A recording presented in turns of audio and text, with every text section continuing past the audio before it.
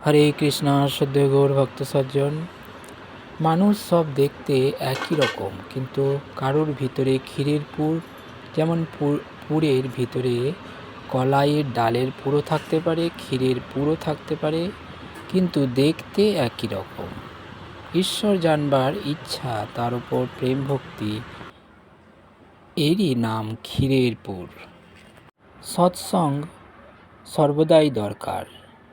গঙ্গার যত কাছে যাবে ততই শীতল পাওয়া যাবে, অগ্নির যত কাছে যাবে ততই উত্তাপ পাবে।